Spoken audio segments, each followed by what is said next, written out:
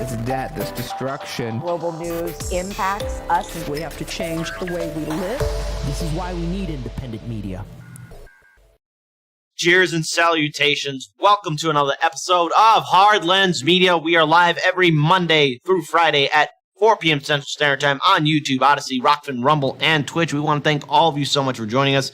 Boy, oh boy, we got ourselves a crazy show for all of you today, and I'm really excited to talk about the stories. You can check out the show notes in the description box below, so that way you know what articles and links we're using. Huge shout out to our moderators keeping the peace. Huge shout out to our tech priest, Insincere Phase. Unfortunately, Daniel Lupker will not be joining me as co-host for today. He is working on some important projects for the 99 Perspective Studio. So, Daniel sends his best regards, but you'll see him next week. So there you go. By the way, also, folks, if you really want to help out Hard Lens Media, please consider being a patron supporter. YouTube's acting weird to a lot of content creators, and unfortunately, it's not going to get any better. I wish I could tell you something different, but shout out to our wonderful patron supporters who are keeping us alive in these challenging and uncertain times on social media. And the way things are going, and especially with some of the stories I'll be talking about on today's show, well, who knows? Maybe things might get better, maybe not, I don't know. But we're living in some uncertain times. So if you want to help us out, please consider being a patron supporter. In fact, one of the awesome benefits is that you get your name read on this show right here. So let's pull up that wonderful list of patron supporters. Shout out to Joe Six, the wonderful, incredible, outstanding Wendy Carballo, no relation to Kit Cabello. We got Dan Shafter. We got Prefer Pumpkin. All right, well, it's not October yet, but okay. Shout out to the pumpkins out there. We got NC Schaffer. We got Nancy Kurtz. No relation to Nancy Pelosi. We got Lewis. We got Ariane Henson. We got T. We got Ann Jurek. And then finally, the great Mark Lloyd Baker. That's pretty good, right? Because Mark Lloyd Baker is that guy. There we go. All right.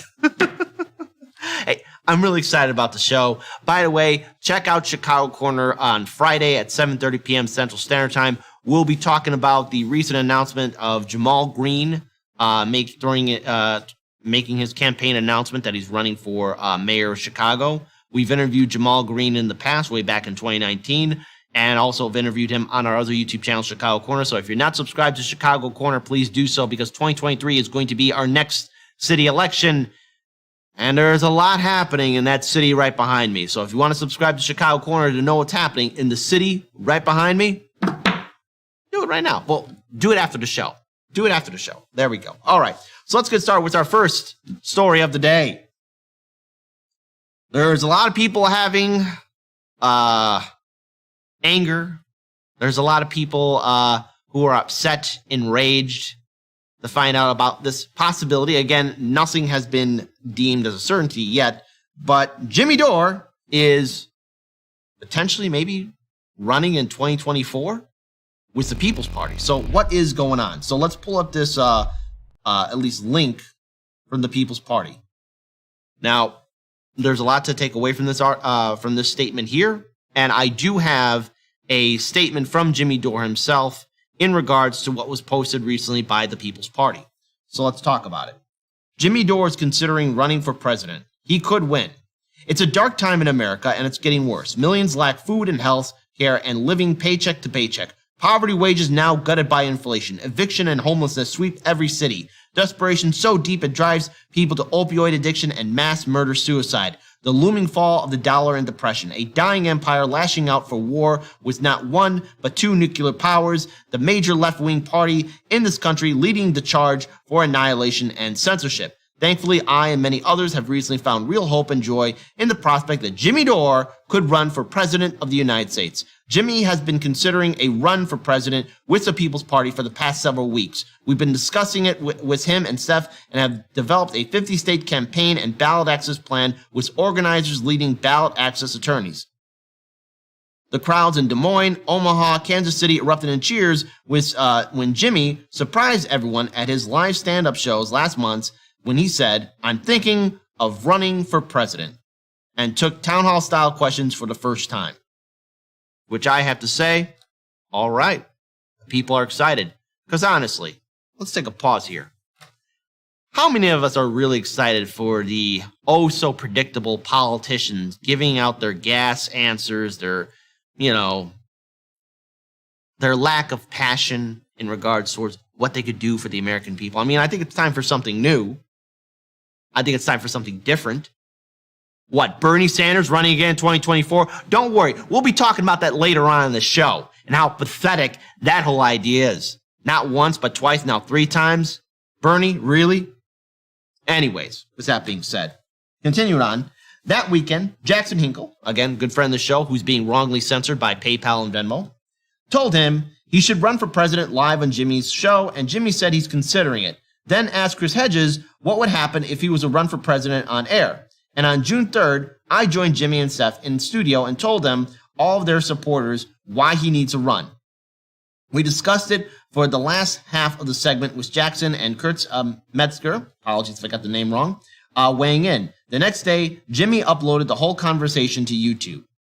Jimmy would be the most popular comedian to ever run for president. He would be the first candidate with his own hugely popular online show, something that has only just now become possible due to the rise of the internet and independent media. We believe that Jimmy could win. And not just by becoming president, but by consolidating and organizing a surging populist movement, the kind Ralph Nader described and predicted in his 2014 book, Unstoppable, the emerging left alliance and dismantle of the corporate state. Jimmy could win by using the campaign to organize direct actions, by building major new populist party that realigns our politics along class, like the new parties breaking through in Latin America and Europe, by supporting strikes and giving a surging new generation of unions an alternative to cooperation and deaths in the Democratic Party, by showing people that billionaires are to blame instead of the poor, by showing us if change is possible within the electoral system, by striking fear into the hearts of the richest people on earth and making them reconsider the wisdom of cruelty impoverishing so many, by showing millions of Americans what a leader with integrity looks like. This is why Jackson said that Jimmy embodies the political realignment that is happening in this country and should run. It's why Max Blumenthal told me that Jimmy's campaign would give him hope. And it's why Ralph Nader told Jimmy and me that he supports Jimmy running and would advise the campaign. And by the way, a little side note about Ralph Nader. Ralph Nader got a lot of undeserved hate. And since then, the aftermath of Ralph Nader's campaign, which, mind you, he's been wrongly smeared by a lot of people, I have to commend Ralph Nader for actually standing by his convictions, by having a backbone and doing the right thing. Something that Bernie Sanders should learn from. Because at the end of the day, Ralph Nader didn't back down. Bernie Sanders did. In not one, but 2 presidential campaigns. And now what? There's talk of a 2024 campaign. Have no fears. We'll be talking about that in the rest of the show. Continuing on, and I'm going to love this part, because after all, Jimmy's from Chicago. Jimmy comes from a big family in the south side of Chicago, where he worked as a bricklayer and forklift driver. He starred in 2 Comedy Central specials and built the Jimmy Dore Show with his wife, Steph Zamorino, a former teacher and union leader. Steph, the miserable liberal, produces and stars on the show with him. Through his show, Jimmy has consistently led and been right on the issues like Russiagate, the chemical attack in Syria, the DNC rigging a second election against Bernie. Exactly. The CARES Act bailout for Wall Street, the COVID vaccine mandates and lockdowns, Bernie's spinelessness, the squad's careerism, and the need for a major new populist party free of corporate money. His hashtag Force the Vote campaign reshaped U.S. politics by exposing that even progressives like AOC are quickly corrupted by the Democratic Party, and that's a fact.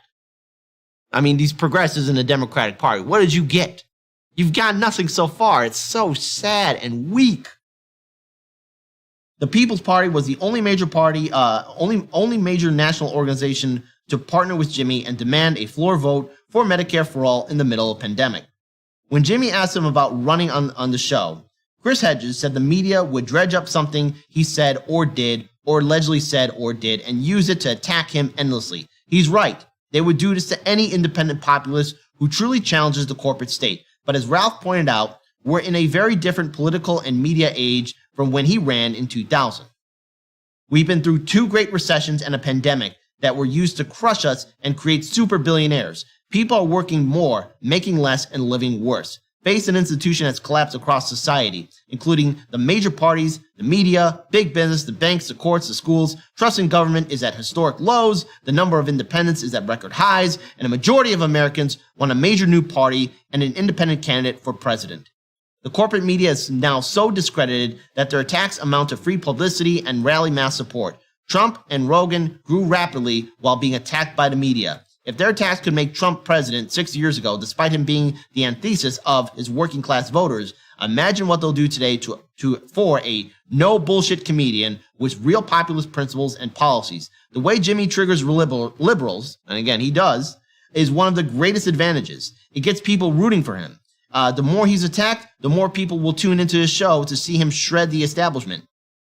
In fact, the attacks are why Jimmy is such a great candidate. Comedy can laugh off and flip attacks more effectively than logic and facts. Comedy reduces the establishment to a joke and lets you entertain while you preach. That's why the corporate media attacks against Jimmy have backfired and just made him more popular, including hit pieces by CNN and the Daily Beast.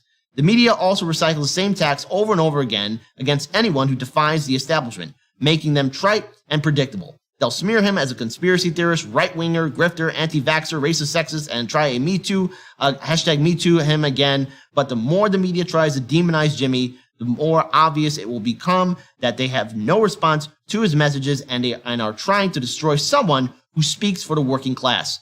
The more they attack him, the stronger he will become.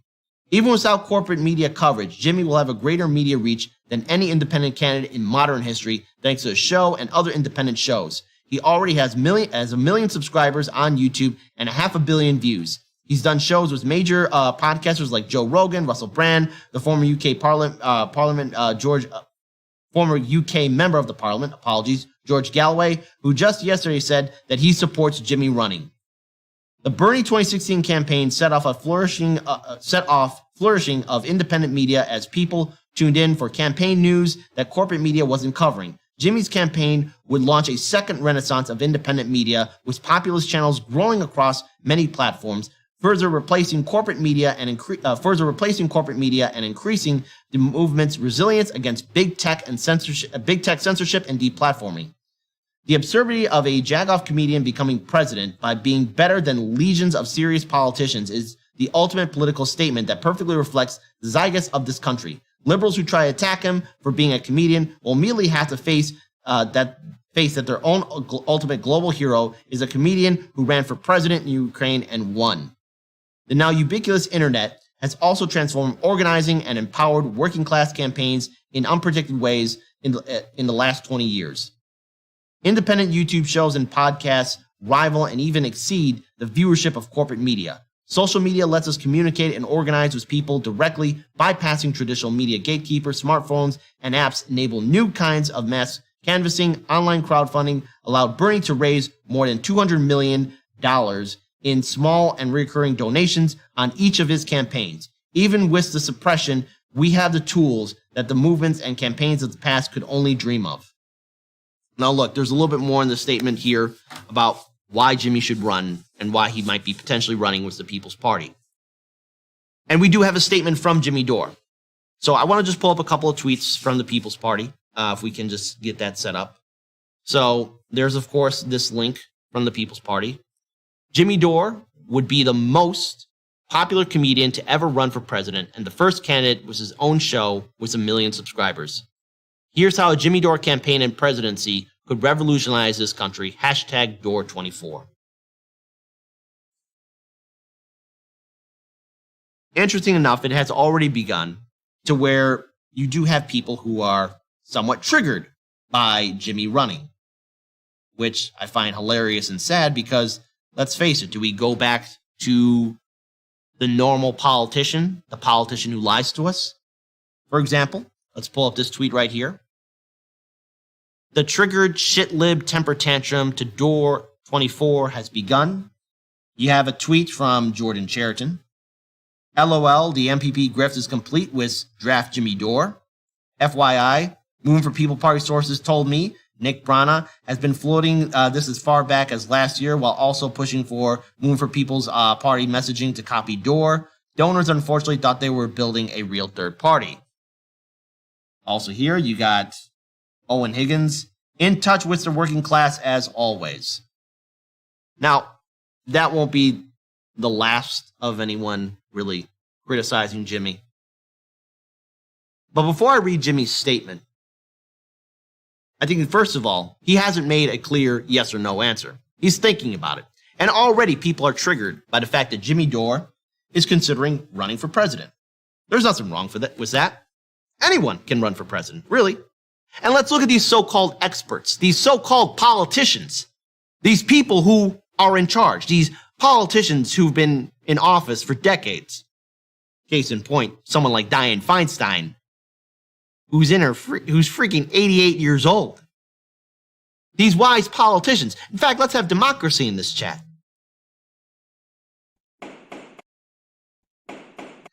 Type 1 if you have absolute confidence in the system as it is, with the traditional expert, the pragmatic politicians who know what's going on. Type 1 if you trust them. Type 2 if you're tired of it, you're angry, and you want something done. How long have all of us been waiting for something to be done? For a bailout for us? Already there's reports that Ukraine's going to get another $1 billion. But yet we don't have money to feed the poor, to help out small business owners. People are being evicted from their homes and apartments. Everyone has done the right thing. And yet you have Americans working 2 or 3 jobs just to make ends meet, and now that is not enough. They're having us work until we die or until we're homeless. One bad day, let's say you get struck with an ailment, a disease, or you have cancer or something like that, you go into medical bankruptcy because the insurance companies don't care about us. We're the richest country in the world, and we don't have Medicare for all. So what's wrong with a comedian, Jimmy Dore, running? There's nothing wrong. He has every right to call out the establishment, as do all of you. All of you have a right to be upset at the establishment because they failed you. And I don't care if you're a Republican voter, Democratic voter, independent, third party. I don't care how you vote, who you worship, the color of your skin. Know this, if you live in America, you're being screwed over. And the media and the establishment did it, and we gave them our silent, obedient consent. Stop being silent. Wake people up that they're being scanned by the two-party system. And if you're a diehard Democratic voter, diehard Republican voter, look, your representatives in the United States House and Senate, they don't like you, they don't think about you, they don't respect you. You will never have a seat at the table. Now, I also want to point out, I think it's unfair for people to put too much pressure on the Jimmy, say, hey, run, Jimmy, run. That's a decision he has to make, and it's not an easy decision because a lot can be put upon him. I would like to see a Jimmy Dore campaign. He's from Chicago. He's one of us. Go for it, Jimmy. But to everyone else that's right now trying to smear him or dismantle his campaign or call him a grifter, enjoy it while you can. Because we do have rising inflation. Homelessness in America is becoming a serious issue. We got an opioid crisis. We got so many problems that it's turning into a perfect storm. And if things keep on getting this way, if we trust these careerist politicians, these wonderful, oh so wise politicians, it's going to get worse and worse and worse. And to all these people with blue check marks, all these politicians, be they Democrat or Republican, it keeps getting worse and worse like this. You'll be begging like dogs for someone like Jimmy Dore to point your finger at. Because see, Jimmy Dore, he's admitted, he's a jagoff comedian, pothead comedian. But try telling a person, be they man or woman, to calm down when they can't feed their family. Try telling a person to calm down when they lose everything. Try telling a person to calm down when they're in debt and they've done everything right. They played by the rules. Try telling a person to calm down when they're escaping from a climate crisis that's still ongoing. Try telling a person to calm down when they have nothing left to lose. Because that's going to happen if we keep on electing these same damn politicians. That will happen if we keep on supporting the system as is. Because you're going to get aggressive people, angry people that will not negotiate or talk or do these kind of back and forth stuff on Twitter. We're going to see more people getting hurt. We're going to see more violence taking place in the streets. Jimmy Dore won't be your problem because it'll be everywhere in America if things keep going as they are with the same people who have built this system and let it continue to abuse the people that they're supposed to protect. Jimmy Dore is not the problem, but he might be a solution to it. Long overdue, as are all of you. All of you have a right to step up, to speak out.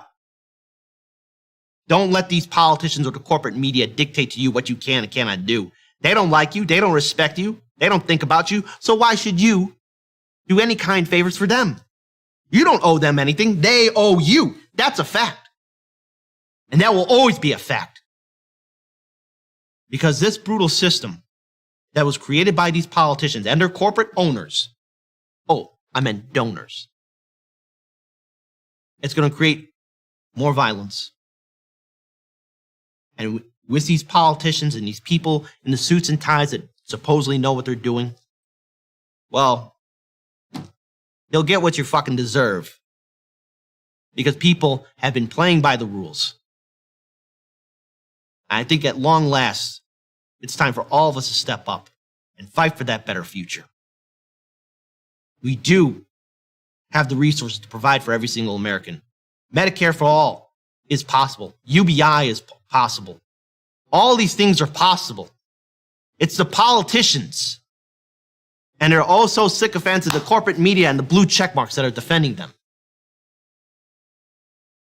These politicians make this thing go on, and it's not right. So, as I said before, I have a statement from Jimmy Dore. Long overdue. Sorry to make all of you wait, but I think it's important that we understand what kind of environment we're in and why we do need a Jimmy Dore campaign. So I reached out to Jimmy Dore this morning. I asked him for a statement. I know he was recently on Sabrina's show as well, Sappy Sabs. Check out her show as well. She did an interview with Jimmy as well. So let's go ahead and have the statement from Jimmy Dore. The problems we are facing are not left-right issues. The problems we are facing we can solve if we come together and realize that we have more in common with each other than what the oligarchs want us to think divides us. In fact, that's really the only thing that scares them.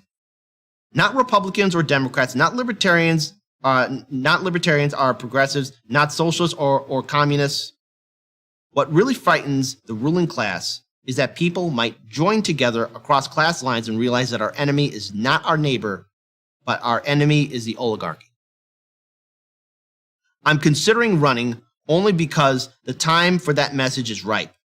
59% of Americans say they would want an alternative to vote for if their choices were Donald Trump and Joe Biden again.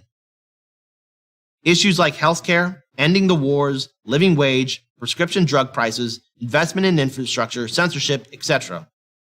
are not left-right issues. We can solve these problems by coming together, which is why the oligarchy and the corporate media works overtime every day to keep us divided. We share a common enemy, and that is the oligarchy that has rendered workers powerless and treading water. 80% of wage earners live paycheck to paycheck. Half the country can't afford a $500 emergency. These are a direct result of the corporate capture of our government and both political parties. We can only fix this if we come together. The oligarchs know this, which is why they keep us hating each other.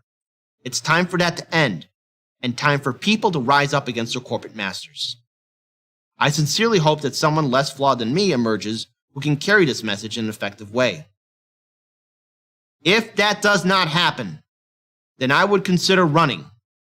Unfortunately, we all know what they would do with someone like me who has been entertaining drunks in nightclubs for 30 years and who has been on video saying outrageous things as an entertainer most of my adult life. If they can make a guy like Joe Rogan, who has never voted Republican in his life and who also endorsed Bernie Sanders in 2020, seem like a crazy white supremacist right-winger, Imagine what they could do to a guy like me. My sincere hope is that we find someone better than me to carry this message. Our country will continue to spiral downward unless we do so. Now, those are Jimmy's words, and I have an opinion. If he chooses to run, I'll support it. I'll tell you why. I'm tired of the two-party system. I'm tired of this idea of, oh, Bernie Sanders running again for a third time. Right here. Tired of trying to reform a two-party system that will never work. I am tired and exhausted of listening to these corporate pundits, these blue check marks telling me to just wait, keep my powder dry. Wait, we gotta trust the system. Wait. Keep on waiting. I'm tired of waiting. How many good people have died because we were told to wait? We don't have Medicare for all. What about all those people who died? They were told to wait. What about all the people who died from poverty? They were told to wait. What about all the Americans who fought in these endless, stupid wars?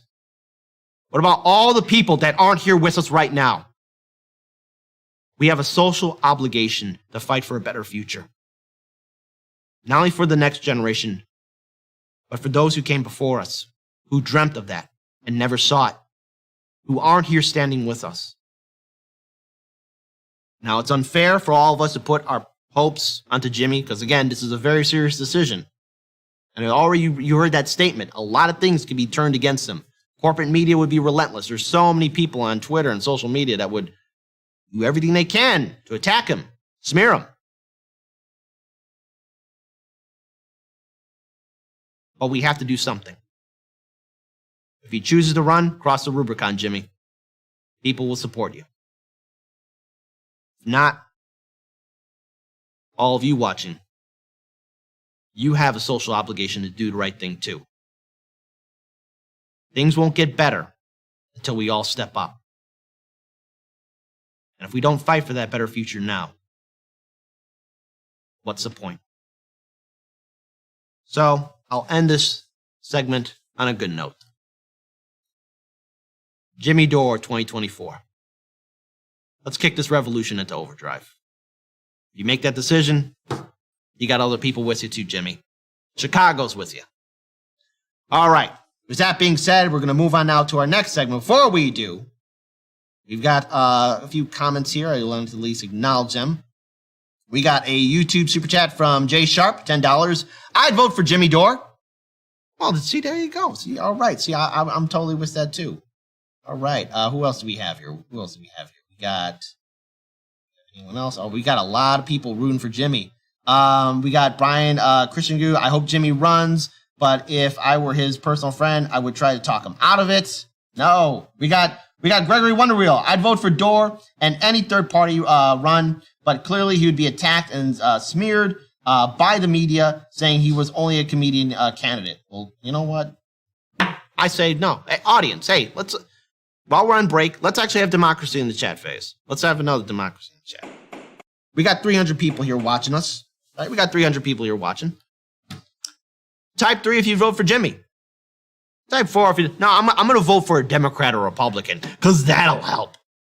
There we go. We got 300 people. Come on. Voting. I know. Democracy. Foreign concept in America. We don't have it here. Let's see. Who else do we have here? I want to at least... We shout out again to Gamer and Ganja for Life. We got Miguel H. Being our moderators here, keeping the peace. Let's see. So who else we got here? We got so many other people here saying Jimmy should just do it. We got shout out to Scroogle. We got Hugo Gutierrez, as I support him all the way. All right, well, there we go. Run, Jimmy, run. There we go. All right, now, let me put a smile on your face. Because, hey, you're going to see history repeat itself. Not once, not twice, but 3 times in a row. That's right, tic-tac-toe. 3 in a row. Bernie says he's going to endorse Biden if he runs again for re-election. Ugh. How stupid is that? Sanders said, yeah, Bernie Sanders. Not once but twice got cucked by the DNC and he let it happen. So, Senator Bernie Sanders said on Monday he would support a re-election bid by President Biden if he decides to run for another term. Comments that come one day after Progressive Representative Alexandria Ocasio-Cortez declined to say whether she would endorse a Biden campaign in 2024. Asked if he would support the president in 2024, the Vermont senator told CNN, "It is a little too early," before adding, "I think Biden will probably run again, and if he runs again, I will support him." Bernie, you'll never see this video, but what did you get from the Biden-Harris administration? I mean, they bent you over the table and rammed it right up the wazoo. Your wazoo specifically. I mean, you got nothing. You got nothing. Joe Manchin spent more time in the White House than you did, buddy. I mean, yeah, you just dumb, stupid, or dumb. There you go. Like, again, let's say Bernie does throw his hat in the ring for 2024 and Biden's not running. You do realize that Bernie will support the establishment candidate from the Democratic Party, like he did with Hillary, like he did with Biden. He'll do it again for a third time. Anyone that believes that Bernie's a fighter, like I was there in Philly. I saw what happened to the supporters and delegates, how they were being treated by Clinton supporters. Honestly, Daniel and I were there. We were watching it. We saw it firsthand. Couldn't tell the difference between how the delegates were being treated compared to how when Trump supporters were yelling at the media and everything else. I mean, it was such madness. It was such madness and stupidity. Now, again, the White House reiterated on Monday that Biden is planning to run in 2024. To be clear, as the president has said repeatedly, he plans to run in 2024. But yet, this is the same Joe Biden that can't even give a coherent sentence on the Jimmy Kimmel show. I mean, we all saw that. We all saw the video. What the hell was Joe 30330 talking about? Now I understand why the Roman emperors like Caligula and Nero were still able to stay in power. People just let it happen. We have a senile old man running this country. So I want to pull up this video here. All right? It's a little bit, we're going to be winding back in time just a little bit. We'll play like a few minutes, but this was in 2021. Bernie saying how Biden will probably be the most progressive president in American history. I know I got to put all of you through this because, look, the sad fact is Bernie ain't going to fight. He's not going to fight. So the diehard Bernie Sanders supporters, he's not going to fight. I'm sorry. I hate saying this. I had hope for him in 2024. But he's not going to do it. Face, let's play this video. Sorry to put you through this abuse. Biden for the Democratic nomination endorsed him in his run for president. After that fight, Senator Sanders, thanks for joining us again tonight. Congratulations, Joe Biden won your state. Are you confident he's going to win the White House? It's looking very good, and I want to congratulate him for the campaign that he ran. And you gave him an awful lot of help. You endorsed him right away. You promised to work. You said the most important priority for all Democrats had to be to remove Donald Trump from the White House. What do you make of the results as we're seeing across the country right now? A nation still deeply divided. Donald Trump still getting the second most votes of any candidate in American history. Republicans appearing, at least for now, depending on what happens in Georgia, to hold control of the Senate. Well, George, to me, this election was about many, many things. But the most significant thing was about whether or not we end the pathological lying in the White House and we end the danger of losing our democracy and the rule of law in our country. And thank God it appears that we're going to end that danger. But right now, in front of us, is an enormous amount of work that must be done. Anyone who's sitting home tonight say, "Oh my goodness, wonderful, Joe Biden won." Our job is just beginning. You got mass unemployment. You got starvation. All right, let's pause it, because Bernie's going to be doing his talking points now. We can end that video there, right? So here's the real truth. Nothing has changed, Bernie. Nothing has fundamentally changed at all. What we're witnessing right now is a tragic moment, one of the many, many tragic moments in American history. But at this point of so much wealth being controlled by the top 1% in this country and millions of Americans still suffering, Joe, your good friend, Bernie, remember, Bernie, you said it, that he's your good friend, has done nothing to help working class people. He's done nothing to do the right thing. Yeah, there might be a few speeches here and there of him maybe supporting unions, but that's just all show. That is just show. Bernie, your pal, your friend, your buddy, has allowed the cages to still go on, endless wars to still go on, corruption to still run amok. Somehow Biden was going to change all that. Bernie. Love you, buddy. But you do realize that Biden was one of the many architects of this neoliberal nightmare that we're in. The audacity of you to call him your pal, your friend. Says all I need to know about your 2024 campaign run. That's if you choose to do it. Because I know that history will repeat itself over again. We can't have that. Hashtag Dore 2024. Dare I say it. And this controversial statement in 3, 2, 1. I'm willing to bet that not only if Jimmy Dore were to run while Bernie is running, that Jimmy's campaign will be more revolutionary, more action-packed than Bernie's will. And in fact, dare I say that Jimmy will probably supersede anything that Cenk Uygur ever did, especially with that horrific campaign that Cenk did way back in 2020, where he got reamed by the Democratic Party that he still tells his viewing audience to vote for and reform. Duh. Continuing on, we got another video here, and I want to just cleanse our palates here and listen to the wise words of Dr. Cornell West as he calls out this neoliberal system that we're in that's being run by Bernie Sanders' good friend, Joe Biden.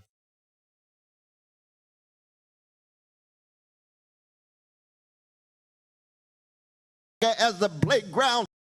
Don't come to Los Angeles like you've been some vanguard for human rights when you look at the history of Latin America.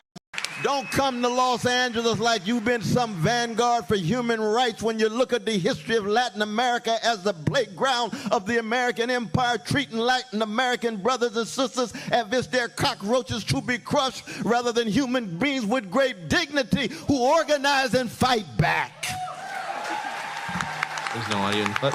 Don't come to Los Angeles acting as if you don't have crimes in the Middle East, with Saudi Arabia committing crimes right now against the Yemenis, with the Israelis. All right. Now, I did listen to that video beforehand, and again, wise words from Dr. Cornell West, speaking truth to power, as always. But I also want to bring up this other segment here as well, and that is on Fox News, where you talk about another potential campaign in 2024, who will actually step up to run or fill in a seat. Because you have a lot of Democratic donors that aren't really happy or proud of Biden's work. I mean, him and his vice president, Kamala Harris, who got 0 delegates, by the way, well, their popularity is still plummeting. And let's face it, in this environment, Bernie, the fact that you said you'd still endorse him, what's wrong with you? But hold on, folks. Let's set through a little bit of some Fox News. Again, shout out to Case Study QB. Be sure to follow him on Twitter because he's being wrongly censored by them. Let's play it. Even the New York Times is raising the question of this guy can't run in 2024. We all know the truth now. Things are really bad. We're going to get shellacked in November, and we don't want to get killed in 2024 also. I think this is a united Democratic Party effort. Do you agree? And when you look at the bench, you got what? Pete Buttigieg, Kamala Harris, Amy Klobuchar, Elizabeth Warren, Bernie Sanders counted himself out. Who do they have?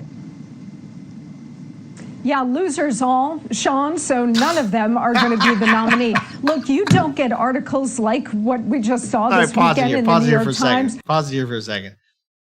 Okay, that was funny that she said it, like losers all. And the thing is, she's not wrong about Pete Buttigieg or Kamala Harris, Warren, or even Bernie Sanders, because all of those big brain individuals were on that podium, on that stage, on that debate stage in 2020, all saying, oh yeah, well, no matter which one of us gets the nomination, we we could beat Trump. And then everyone started, as soon as Barack Obama made that phone call, got everyone out.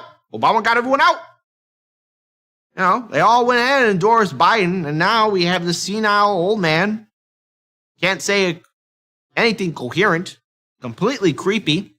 One of the main architects of the neoliberal nightmare. I mean, they're all losers. So she's right. Can't really argue with her too much. I just found it funny just how she said, how he delivered. Yeah, all losers all. Like, okay.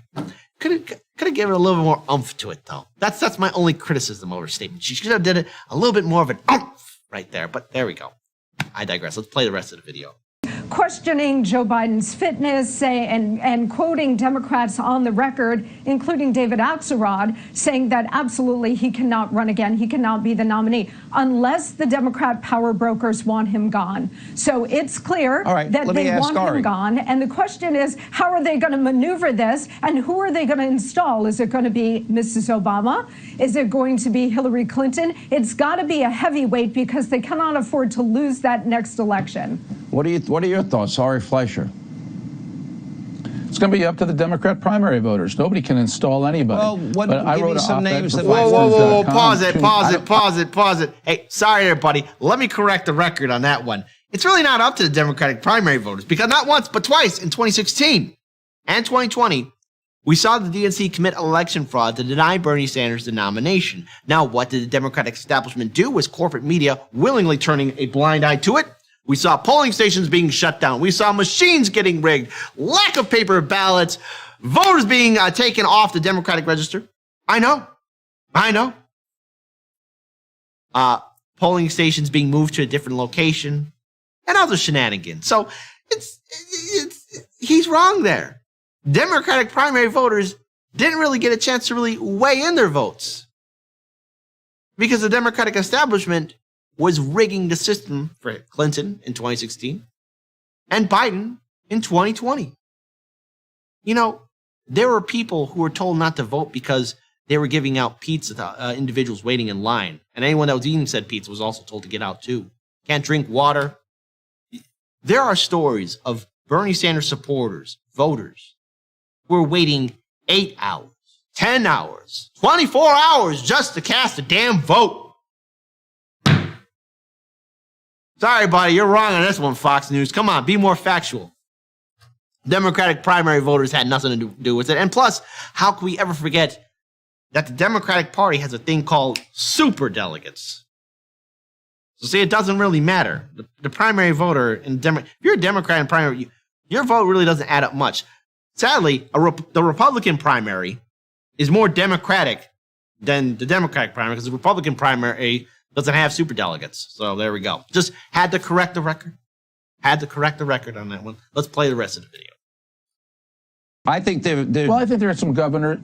I think there's some governors out there who have not run before. They're younger. That's going to be a new generation of Democrats. But then you can't rule out the Democrat socialists. Will AOC run? You know, you had 28 Democrats run in 2016.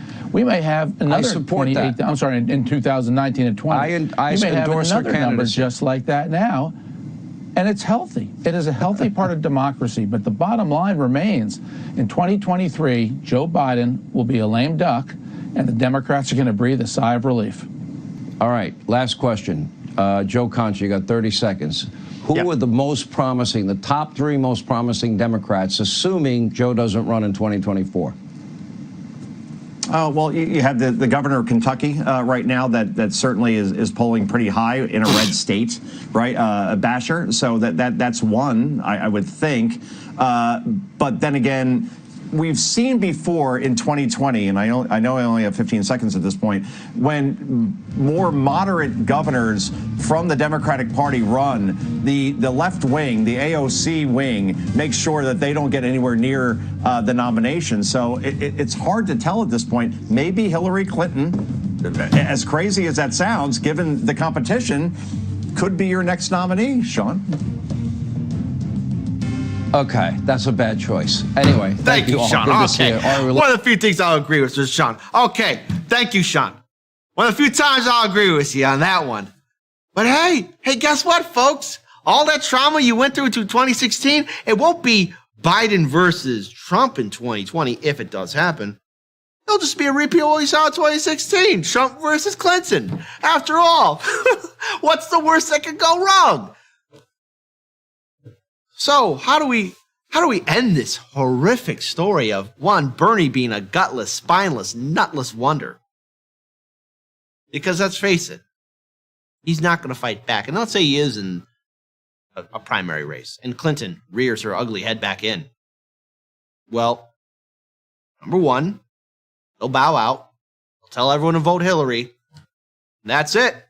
Took his supporters on for another ride, 3 times in a row. What do you get, a free t-shirt?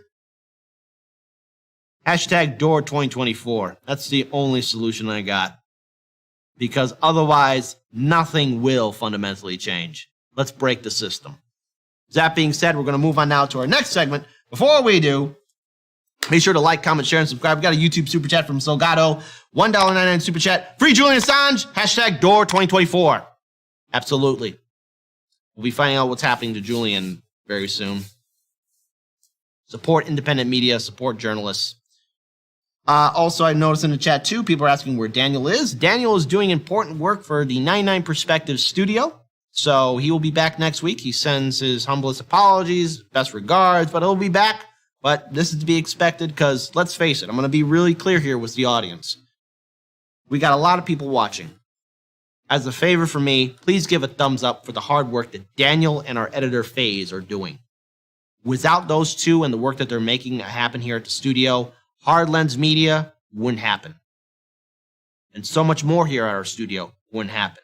The system that we've built here, Daniel and FaZe have done a phenomenal job. So as a favor for me, all of you watching while we're taking this little break, just put emoji thumbs up. Give them a thank you. Because for me, I've seen what they've done. The work that they're putting forward for 99 Perspectives and for Hard Lens and for Chicago Corner, for everything else. And if you haven't subscribed to Chicago Corner, please do so. Kira is hosting a show on Tuesdays at 7:30 p.m., and Jerry Vassilatos hosts a show on Friday at 7:30 p.m. Central Standard Time. So do me a favor, please do that, because let's face it, we got a great team here, and they rightfully deserve some recognition. So there you go. Daniel, we miss you. In fact, I could have used his commentary here. Sadly, he's not here with us, so there we go. All right. By the way, if we have nothing else, again, huge shout out to our moderators keeping the peace. We got Miguel H. Miguel H., you still owe your assignment, buddy. Jigsaw puzzle of the Chicago districts. Make it happen. Little says, local 420 space miners for Daniel. Shout out to all of you. All right, there we go. So we're going to move on now to our next story of the day.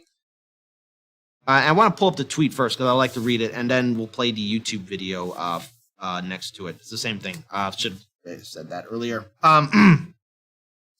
Tulsi Gabbard is calling out big tech in the whistleblower docs that were revealing how the Disinformation Board has been lying to Congress.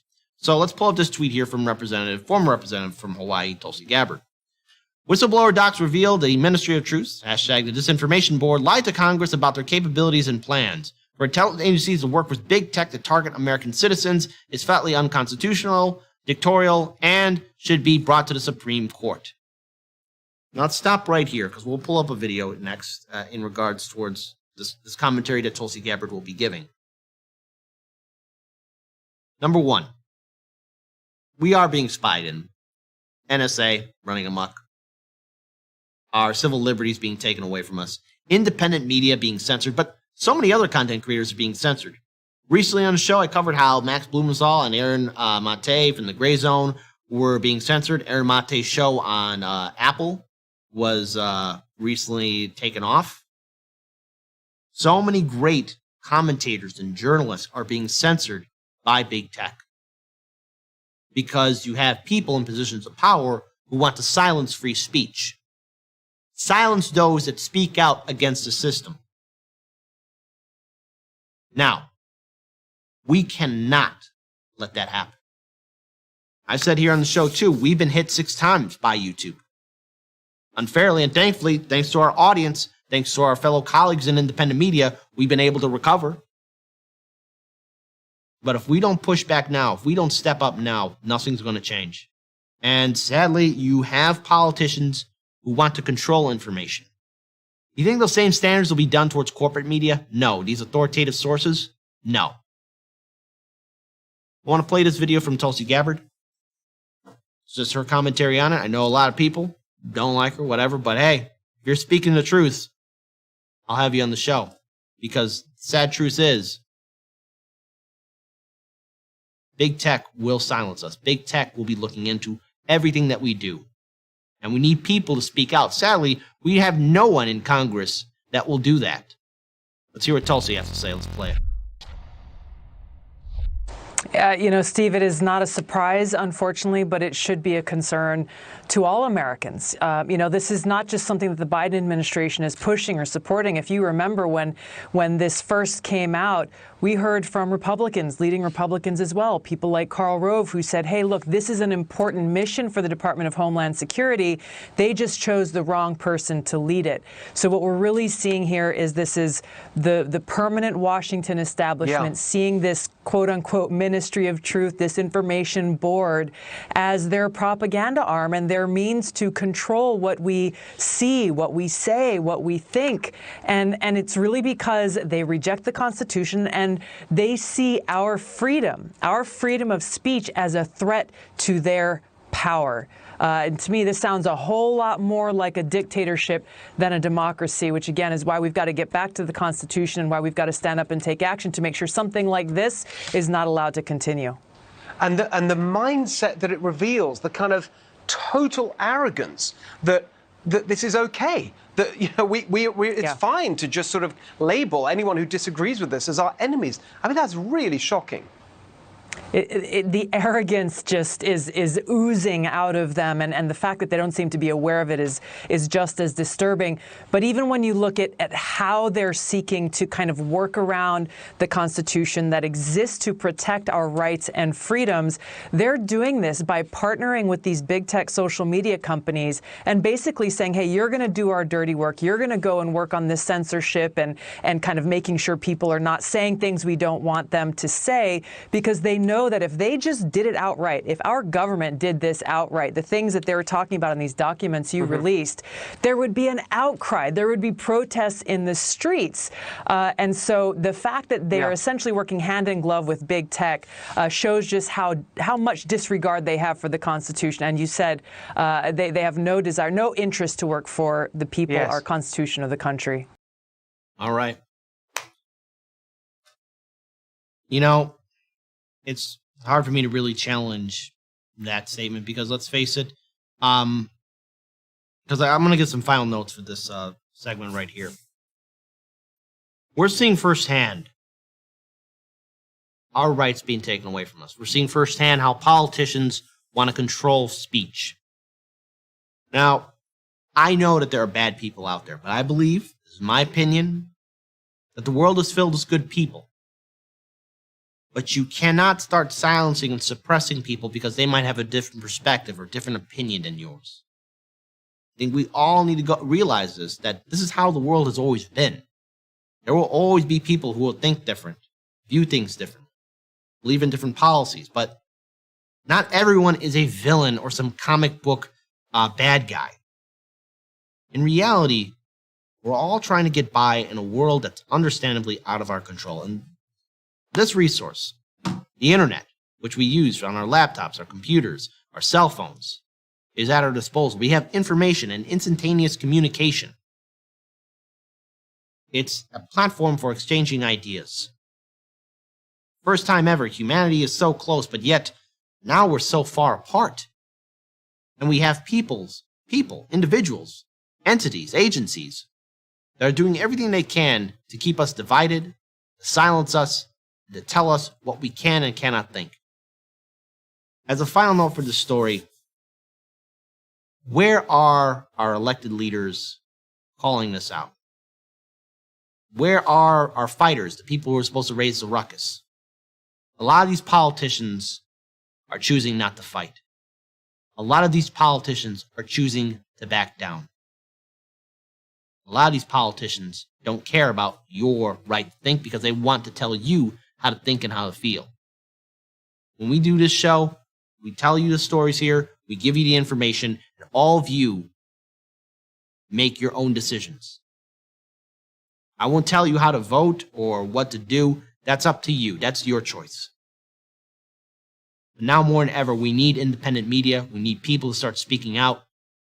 And I want to see more citizen journalists all across this country. Because you're needed. Now more than ever. With that being said, be sure to like, comment, share, and subscribe. Hit that ring bell notification. That way you know when Heartland Media goes live. We have one more story of the day.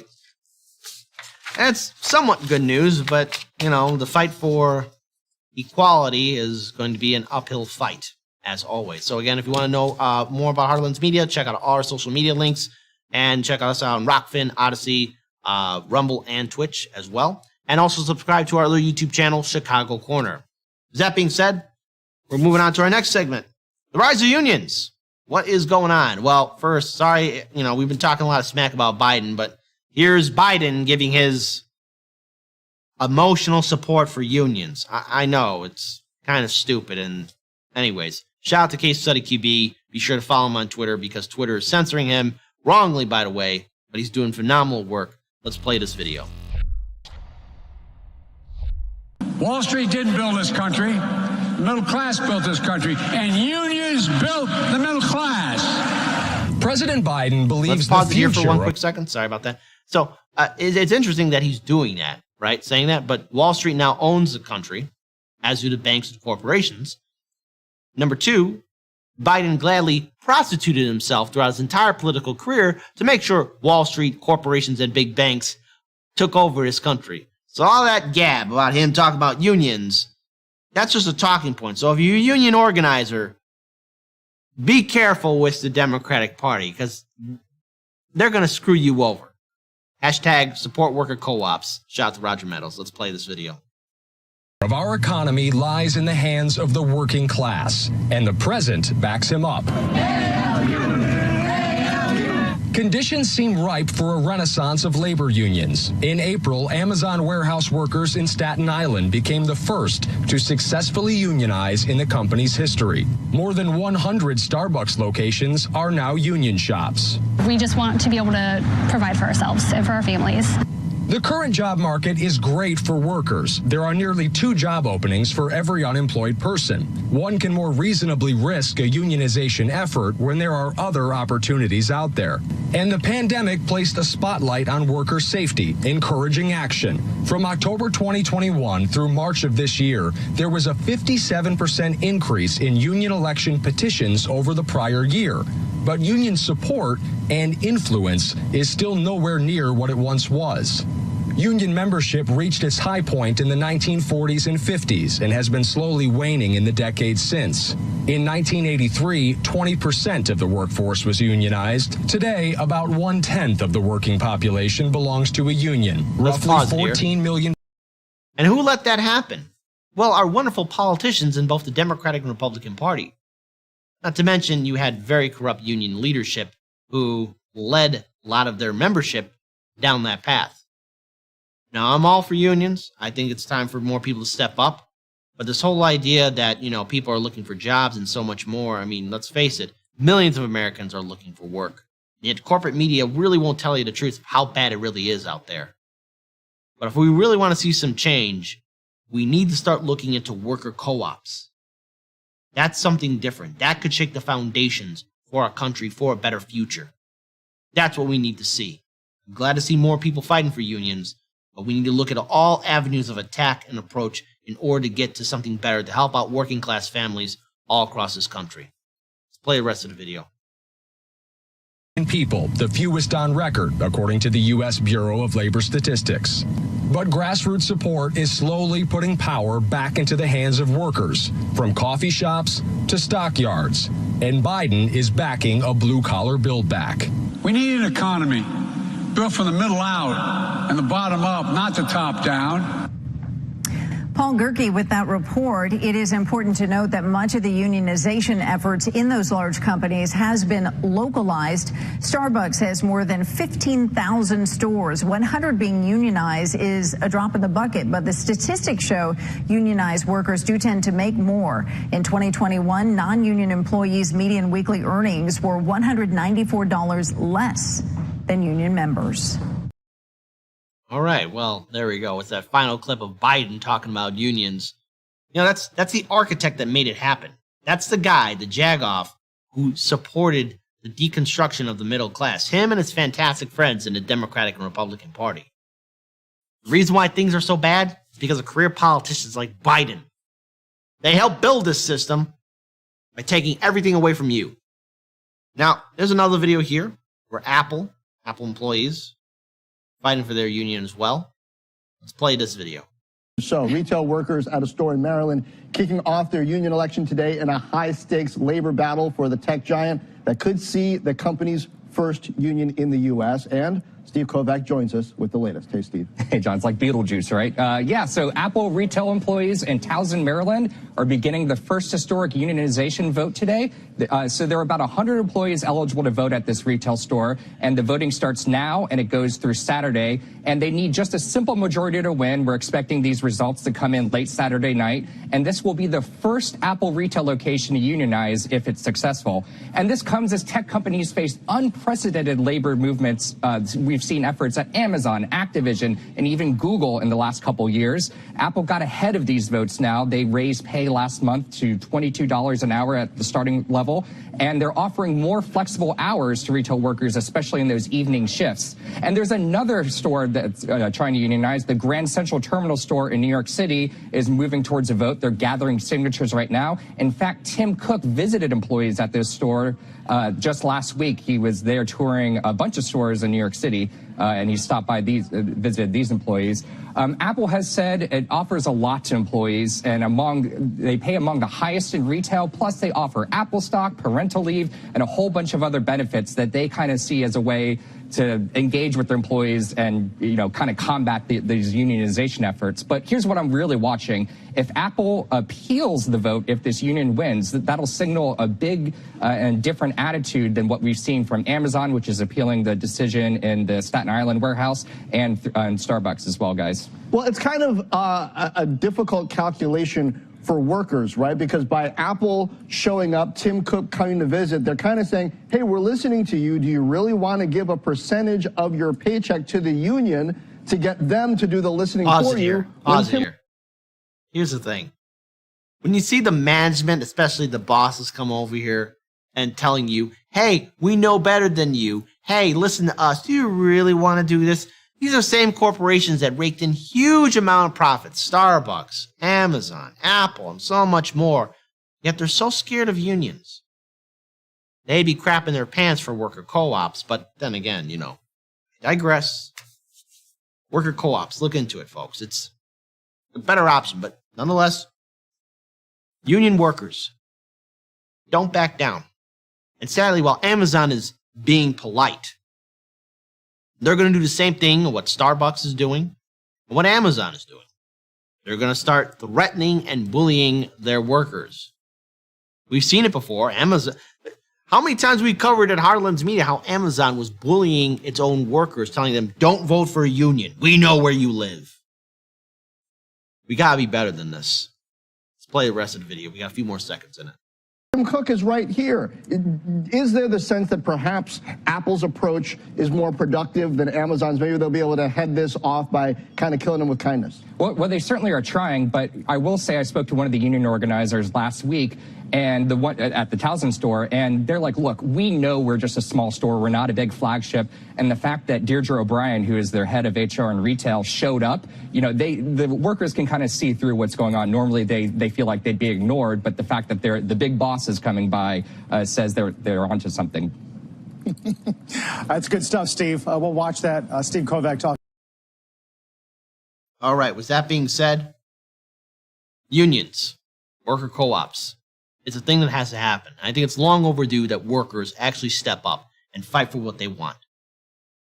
How long have we all been screwed over while these corporations rake in huge amount of profits? It has to be better. Things have to get better.